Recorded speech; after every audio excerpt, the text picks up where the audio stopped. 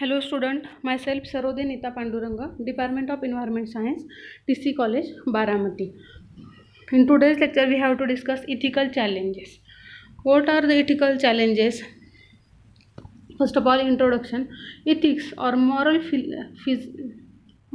philosophy is a branch of philosophy that involves systemizing, defending and recommending concepts of right and wrong behavior. Mainly ethics म्हणजे काय, आपण मूल्य म्हणतो किंवा नैतिक मूल्य जे काय आहे त्याला आपण इथिक्स म्हणतो.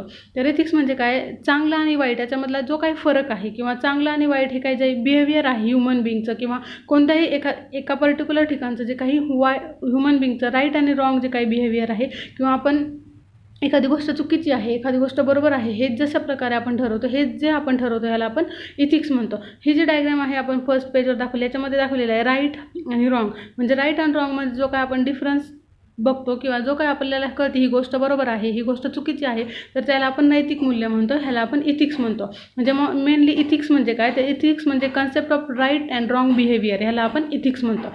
Ethics seeks to resolve questions of human mortality by defining concept such as good and evil. म्हणजे गुड अँड इव्हिलमध्ये काय फरक आहे, राईट अँड रॉंगमध्ये काय, व्हर्च्यू आणि व्हाईसमध्ये काय, जस्टिस आणि क्राईममध्ये काय फरक आहे, न्याय आणि गुन्हेगारामध्ये काय फरक आहे, गुन्हा म्हणजे काय, न्याय म्हणजे काय, हे ज्यावेळेस आपल्याला हा फरक कळतो त्यावेळेस आपण म्हणतो की आपल्याला नैतिकता जी काय आहे किंवा जे काही इथिक्स आहे ते आपल्याला कळलेलं आहे. As a field of intellectual injury, moral philosophy is related to field of moral psychology, descriptive ethics and value theory. म्हणजे मॉरल जे काही फील्ड आहे इथिक्सचं ते कशाशी रिलेटेड आहे, तर सायकॉलॉजी आहे, डिस्क्रिप्टिव्ह इथिक्स आहे किंवा व्हॅल्यू जी थिअरी आहे त्याच्याशी हे जे काही मॉरल इथिक्स किंवा जे काही इथिक्स आहे, मॉरल फिलॉसॉफी आहे, ही ह्या गोष्टींवर डिपेंड आहे. 3 major areas of study within ethics recognize today are. 3 major theory कोणत्या आहेत किंवा एरिया कोणत्या आहेत स्टडी करण्याचे इथिक्सचे, तर meta ethics concerning the theoretical meaning and reference of moral proposition. Meta ethics म्हणजे काय, तर ह्याच्यामध्ये थिअरॉटिकल मिनिंग आहे इथिक्सचा and how their truth values can be determine. आणि त्याच्या ज्या काही खऱ्या व्हॅल्यू आहेत, त्याची जी काही खरी नैतिक मूल्य आहेत ते कशी डिटर्माइन करायची हे त्याच्यामध्ये सांगितलं जातं, त्याला आपण मेटा इथिक्स म्हणतो. Then normative ethics. Normative ethics म्हणजे काय, तर concerning the practical means of determining a moral course of action. ह्याच्यामध्ये नॉर्मेटिव्ह इथिक्समध्ये आपण प्रॅक्टिकल मिनिंग बघतो किंवा प्रॅक्टिकल जी काही थिअरी आहे इथिक्सची ती आपण बघतो. म्हणजे मेटा इथिक्समध्ये आपण थेरॉटिकल एक्सप्रेशन बघतो आणि नॉर्मेटिव्हमध्ये आपण प्रॅक्टिकल मीन्स बघतो. Then applied ethics. ॲप्लाइड इथिक्समध्ये काय बघतो, तर आपण concerning what a person is obligated. म्हणजे कोणता पर्सन ऑब्लिगेट झालेला आहे किंवा परमिटेड झालेला आहे to do in a specific situation. म्हणजे एखाद्या स्पेसिफिक सिच्युएशनमध्ये तुम्ही ती स्पेसिफिक सिच्युएशन कशी हँडल करता हे ज्यावेळेस आपण स्टडी करतो त्यावेळेस त्याला आपण ॲप्लाइड इथिक्स म्हणतो. म्हणजे मेटा इथिक्समध्ये आपण थिअरी स्टडी करतो, नॉर्मेटिव्ह इथिक्समध्ये आपण प्रॅक्टिकल स्टडी करतो, देन ॲप्लाइड इथिक्समध्ये आपण डायरेक्ट जी काही सिच्युएशन आहे, applied situation, specific situation in a particular action or domain is called as the applied ethics. Then ethics. मग इथिक्स म्हणजे काय, नॉर्मली इथिक्समध्ये आपण काय काय स्टडी करतो, तर ह्या ज्या ओव्हरऑल या डायग्राममध्ये दाखवले गेलेल्या आहेत त्या सर्व गोष्टी आपण इथिक्समध्ये स्टडी करतो. पहिला आहे व्हॅल्यू. व्हॅल्यू ज्या काय आहे, मूल्य आपण म्हणतो, ते आपण इथिक्समध्ये स्टडी करतो. देन रिसर्च आहे. इथिक्सला रिसर्च असतो. कोणती पण गोष्ट करायची म्हणली तर पहिला त्याला संशोधन लागतं किंवा त्याला रिसर्च लागतो, म्हणजे रिसर्च पण आपण इथिक्समध्ये स्टडी करतो. Then moral principle. त्याचे जे काही तत्व आहेत, मॉरल जे काही प्रिन्सिपल आहेत, म्हणजे कोणतीही गोष्ट घेतली, एखादा आपल्याला प्रयोग करायचा असला तर एखादा आपल्याला प्रॅक्टिकल करायचं असलं, त्याचे जे काही प्रिन्सिपल आहेत किंवा त्याची जी काही तत्वे आहेत त्याचा स्टडी करणं मोस्ट इम्पॉर्टंट असतं. त्याच्यामुळे इथिक्स ज्यावेळेस आपण स्टडी करतो त्यावेळेस आपल्याला हे जे काही मॉरल प्रिन्सिपल्स आहेत ही स्टडी करणं खूप इम्पॉर्टंट आहे. देन इथिकल प्रॅक्टिकल्स आहे. मग प्रॅक्टिकल्स करायचे आहेत, प्रॅक्टिसेस आहेत, ethical practices, various types of practices. मग त्या प्रॅक्टिसेस आपण करायच्या आहेत, कशा असतात त्या प्रॅक्टिसेस आपल्याला इथिक्स स्टडी करताना स्टडी करावे लागतात. Then rules of conduct. कोणतीही गोष्ट करायची म्हणली तर प्रत्येक गोष्ट करण्यासाठी रूल्स असतात, रेग्युलेशन्स असतात, ते रेग्युलेशन आपल्याला फॉलो करावं लागतात ज्यावेळेस आपण इथिक्सचा स्टडी करतो. Then rules and regulation, rules of conduct, हे सगळ्या गोष्टी आपण इथिक्सचा स्टडी करताना स्टडी करतो. Then challenges. मग आता चॅलेंजेस कोणकोणते आहेत इथिक्सचे, pressure from un uneven economy recovery. हे खूप मोठं चॅलेंज आहे. प्रेशर असतं इथिक्स म्हणजे pressure from uneven economic recovery. आणि जी काही इकॉनॉमी आहे त्याचं जे काही प्रेशर असतं ते इथिक्सवर येतं. According to must be agile yet resolutely committed the codes of the ethics. Second one challenge आहे demand for greater support and efficiency. म्हणजे डिमांड्स आहे ग्रेटर सपोर्ट अँड इफिशियन्सी, हे पण चॅलेंज आहे इथिक्ससाठी. The auditors of financial statement must carefully consider independence and familiarity issues. Then risk regarding rapid digitalisation. Risk आहेत जे काही रॅपिड डिजिटलायझेशन होते त्याच्या ज्या काही रिस्क आहेत त्याचा हे पण एक चॅलेंज आहे इथिक्ससाठी. Accountants must be alert to cyber crimes. हे सायबर क्राईम्स वगैरे होत आहेत त्याच्यामुळे रिस्क आहे डिजिटलायझेशन, त्याची हे पण इथिक्सवर चॅलेंज करतं. Then burnout and mental health of teams and talent. Mental health पण खूप गरजेचे आहे किंवा खूप इम्पॉर्टंट आहे, ते पण लक्षात घेणं गरजेचं आहे from the ethical view. Then predisposition to focus on the past. Accountants must recognise the shift and focus on the future. म्हणजे चॅलेंजेस काय आहेत इथिक्ससाठी, तर pressure from uneven economy, then demands of a greater support and efficiency, then risk regarding rapid digitalisation, then burn out and mental health of teams and talent, then predisposition to focus on the past. These are the challenges of ethics. मग ethical dilemma. Ethical dilemma म्हणजे काय? In philosophy ethical dilemmas also called ethical paradoxes and moral dilemmas. Ethical dilemmas आपण ethical paradoxes किंवा moral dilemmas म्हणतो. Are situation in which an agent stand under two conflicting moral requirements, none of which overrides the other. म्हणजे ethical dilemma म्हणजे अशी situation की ज्यावेळेस माणसासमोर दोन पर्याय उपलब्ध असतात आणि ते दोन्ही पण पर्याय हे माणसाला चुकीचे वाटत असतात, ती अशी ज्यावेळेस सिच्युएशन किंवा अशी ज्यावेळेस परिस्थिती निर्माण होते त्याला आपण इथिकल डायलेमा म्हणतो. मग इथिकल डायलेमा म्हणजे ही अशी सिच्युएशन आहे in which an agent stands under two or more. दोन किंवा मोर त्याच्या पुढं सिच्युएशन असतात, पण त्या दोन्ही पण सिच्युएशन कॉन्फ्लिक्टिंग करणं म्हणजे त्या दोन्ही पण सिच्युएशन त्याला माहीत असतं ह्या दोन्ही पण सिच्युएशन योग्य नाही आहेत, पण त्याला त्यातली एक तरी पण सिलेक्ट करावी लागते, याला आपण इथिकल डायलेमा म्हणतो. A closely related definition characterises ethical dilemmas as situation in which every available choice is wrong. म्हणजे मेनली काय आहे, जी एव्हरी अवेलेबल म्हणजे प्रत्येक जी काही चॉईस आहे ती दोन्ही पण चॉईस रॉंग आहेत, त्याला आपण इथिकल डायलेमा म्हणतो. The term is also used in wider sense in everyday language to refer to ethical conflicts and that may be resolvable. आणि ही टर्म इथिकल ज्यावेळेस कॉन्फ्लिक्ट तयार होतात त्यावेळेस ही टर्म यूज केली जाते. Two ethical dilemmas come in various types. आणि ह्याचे खूप सारे टाईप्स आहेत इथिकल डायलेमाचे. मेन म्हणजे इथिकल डायलेमा म्हणजे काय? इथिकल डायलेमाज म्हणजे ही अशी सिच्युएशन आहे त्याच्यामध्ये आपल्या ज्या काही चॉईसेस अवेलेबल असतात त्या सगळ्या चॉईसेस ह्या रॉंग असतात किंवा आपल्याला त्या पटत नाही किंवा आपल्या ज्या काही नैतिक मूल्य आहेत त्याच्या त्या विरोधात असतात, त्याला आपण इथिकल डायलेमा म्हणतो.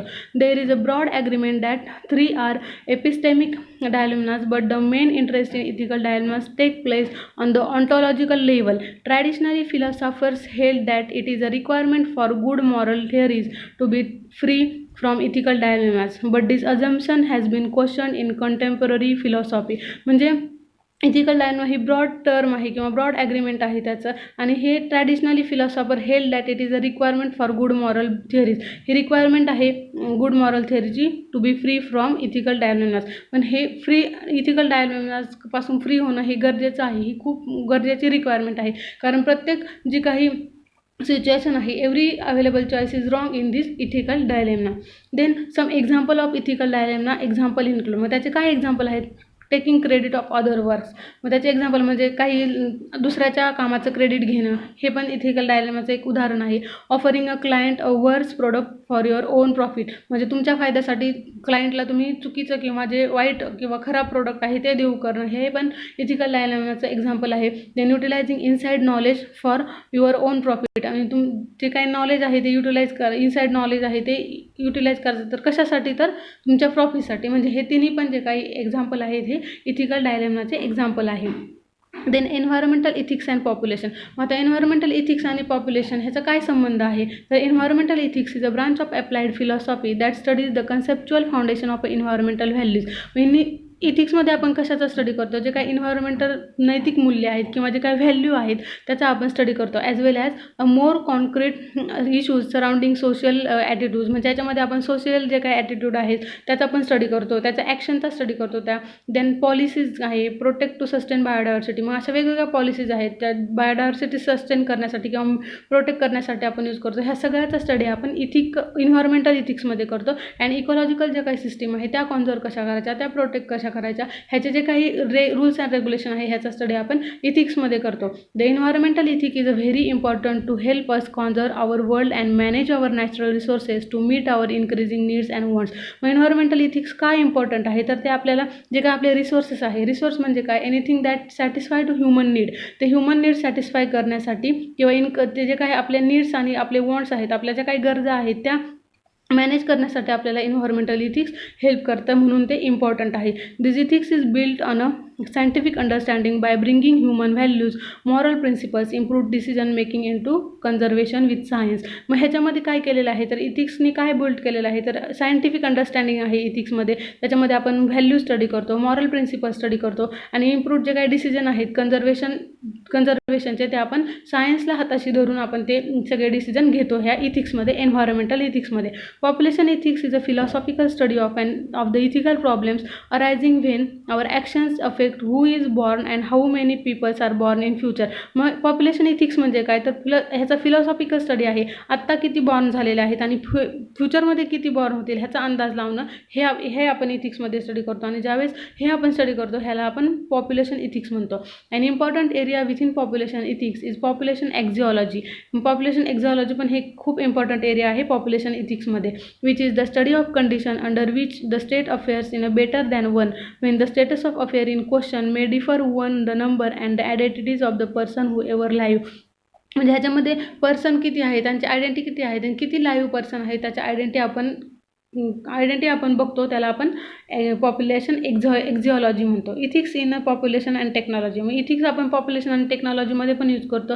The fact in that population is directly responsible for human suffering. Pollution जे काय आहे, ethics in pollution and technology. Pollution आणि टेक्नॉलॉजीमध्ये पण आपण इथिक्स यूज करतो. This is the fact, pollution is directly responsible for human suffering. Pollution हे directly responsible आहे ह्युमन सफरिंगला, कारण जे काही पोल्युशन आहे ते डायरेक्टली ह्युमन इनहेल करतो आणि त्या पोल्युशनमुळे जे काही बिहेवियर आहे ह्युमनचं, जी काही नैतिक मूल्य आहेत ती बिघडली जातात. म्हणून पोल्युशन हे डायरेक्टली रिस्पॉन्सिबल आहे human suffering and that make it an ethical issue. म्हणून हा इथिकल इश्यू बनलेला आहे. One that is a squarely on the shoulder of the fossil fuel industry. The fact is that fossil fuel directly causes death and the fact is that the fossil fuel industry knows about it. म्हणजे जे काही fossil fuel आहे त्याच्यामधनं जे काही एक्झॉस्टमधनं जे काही gases बाहेर पडतात ते जर डायरेक्ट ह्युमनने इनहेल केलं तर ह्युमनला सिव्हिअर प्रॉब्लेम होऊन डेथ पण होऊ शकते. आणि त्याच्यामुळे त्याची जी काही ह्युमनची आहे, जी काही नैतिक मूल्य आहेत ती ह्याच्यामुळे बिघडली जातात. म्हणजे ethics in pollution and technology. Then ethical values. What are the ethical values in ethics? Value denotes the degree of importance and something or action. मग व्हॅल्यूमध्ये काय सांगितलं जातं, जी काही डिग्री आहे इम्पॉर्टन्सची ते किंवा त्याचे ॲक्शन काय आहेत हे आपण इथिकल व्हॅल्यूमध्ये स्टडी करतो. With the aim of determining what action are best to do. म्हणजे ह्याच्यामध्ये काय सांगितलं जातं, कोणत्या ॲक्शन बेस्ट आहेत किंवा कोणत्या नॉर्मेटिव्ह इथिक्समध्ये कोणकोणत्या ॲक्शन बेस्ट आहेत किंवा कोणकोणते त्याचे सिग्निफिकन्स काय आहे डिफरंट ॲक्शनचे, ते ह्या इथिकल व्हॅल्यूजमध्ये स्टडी केले जातात. Value system are prospective and prescriptive believes. आणि व्हॅल्यू सिस्टीमला प्रॉस्पेक्टिव्ह आणि प्रिस्क्रिप्टिव्ह बिलीव्ह असतात. They affect ethical behaviour of a person. आणि ह्या ज्या काही सिस्टीम असतात ते इथिकल बिहेवियर आहे पर्सनचं त्याच्यावर अफेक्ट करतात. Often primary values are strong and secondary values are suitable for changes. म्हणजे प्रायमरी ज्या काही इथिकल व्हॅल्यू आहेत त्या स्ट्रॉंग आहेत आणि सेकंडरी व्हॅल्यू कशा आहेत त्या सुटेबल आहेत चेंजेससाठी. What makes an action valuable may in turn depend on ethical values on object in it increases, decreases or alters. An object with ethic value may be termed as a ethic or philosophic good. आणि object जे काही आहे ethic value मधलं त्याला आपण ethic किंवा और फिलॉसॉफिक good पण म्हणतो. Values can be defined as a broad preferences concerning appropriate course of action or outcomes. As such values reflect a person sense of right and wrong. म्हणजे ह्या व्हॅल्यू माणसाला काय शिकवतात, कोणतं काय चुकीचं आहे किंवा काय बरोबर आहे ह्याचं जे काही आउटपुट आहे हे समजण्यासाठी आपण ह्या व्हॅल्यू स्टडी करतो. Equal rights to all. आणि लॉच्या समोर सगळ्यांना इक्वल राईट्स आहेत. Excellence deserve admiration and people should be treated with respect and dignity. म्हणजे जे काही माणसं आहेत ते त्यांना प्रत्येकाला ट्रीट कसं करायचं, तर प्रत्येकाला रिस्पेक्ट आणि डिग्निटीने ट्रीट करायचं हे आपल्याला इथिकल व्हॅल्यूज शिकवतात. It is debated whether some values that are not clearly philosophically determined such as a altruism are intrinsic and whether some such as a acquisitiveness should be classified into vice and virtue. Then benefits of studying ethics. आता मग benefit काय आहेत ethics study करण्याचे? Development of character, आपल्यामध्ये कॅरेक्टरची development होते, चांगलं character आपल्याला डेव्हलप होतं. Knowledge of ideals, values and virtues, म्हणजे आपल्याला जे काही नॉलेज आहे आयडियल्सचं, व्हॅल्यूजचं आणि व्हर्च्यूजचं, ते नॉलेज आपल्याला भेटतं जास्त प्रमाणामध्ये. रिस्पॉन्सिबिलिटी अँड ड्युटी, आपल्या ड्युटी काय आहेत, रिस्पॉन्सिबिलिटी काय आहेत, हे आपल्याला ज्यावेळेस आपण इथिक्स स्टडी करतो त्यावेळेस आपल्याला कळतात. Social problems, ethics is an object can help us lot in solving this problems according to professor Dewey. Ethics can go a long way in removing evil of a humanity, म्हणजे ethics जे काय आहे, evil जे काय आहे ते remove करण्यासाठी मदत करतं. कोणाच्या according to professor Dewey. Then law, justice and order, मग इथिक्स स्टडी केल्याने आपल्याला लॉ काय आहे किंवा जस्टिस काय आहे ते कळतं, किंवा ऑर्डर काय आहे ते कळतं. Utility in religions, politically and economic fields. Then challenges to environmental ethics. These include global climate changes, worldwide loss of biodiversity, forest and wetland, long-range transport of toxic substances, decline of coastal ocean quality, degradation of world's freshwater and ecological system. These new threats raising critical new ethical questions and for the human race. हे आहेत challenges environmental ethics चे. Regarding to this, if you have any question, please ask. Thank you.